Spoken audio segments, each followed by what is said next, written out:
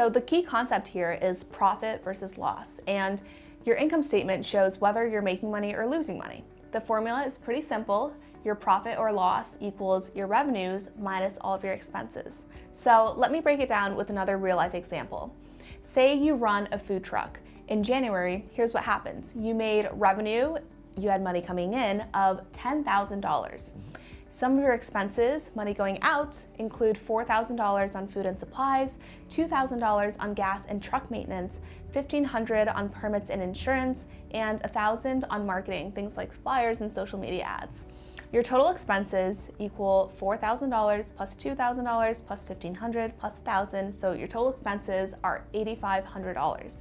To calculate your profit, you would take your $10,000 that you made in revenue, subtract out your $8,500 in expenses.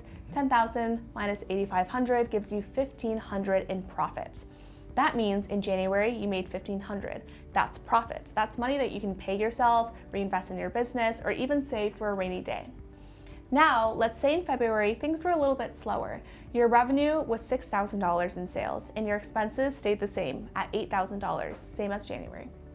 To figure out your profit or loss, you would then take your $6,000 in revenue minus your $8,000 in expenses, and that gives you negative $2,000 or a $2,000 loss. That means in February, you lost $2,000. You spent more than you made, and that's a problem you need to fix. From workshop 2, Be the Accountant, we learned how to read income statement and understand profitability. Understanding this daily helps you make better decisions.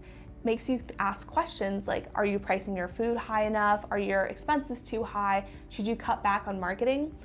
Your numbers help you tell the story and make better financial decisions. Absolutely. But here's the tricky part, and this is really important. Profit on your income statement, like we've described, doesn't always mean you have cash in the bank. Why? Well, because of timing. So let me explain with an example. You run a consulting business. Let's say in March you did $10,000 worth of work for a client. That's great. You send them an invoice. Your income statement counts that as $10,000 in revenue, as it should. So it looks like you've made money because you've earned money. But here's the problem. That client hasn't paid you yet. They have 30 days to pay. That's a $10,000 sitting in accounts receivable, money that people owe you because it was an invoice. It's not actually in your bank account yet. Meanwhile, your rent is due. You have other expenses, right? Let's say your rent is $2,000 and you look at your income statement and think, oh, I made $10,000 this month. I can definitely afford $2,000 of rent. But when you look at your actual bank account, you realize you only have $1,500 in cash. You can't pay your rent. That's why we need to look at all three financial statements together: the balance sheet, the income statement, and the cash flow statement. From workshop 2, Be the Accountant, we covered how they all connect to give you the full picture of your business health. We'll dive deeper into the cash flow in the next video. So to wrap it all up with the real life analogy, I want you to imagine you're driving a car on a long road trip. Your financial statements are essentially your dashboard. The speedometer tells you how fast you're going. That's kind of like your income statement showing your revenue. Are you making sales and are you growing? The gas gauge tells you how much fuel you have left. That's like your cash flow statement showing your available cash. Do you have enough money to keep going?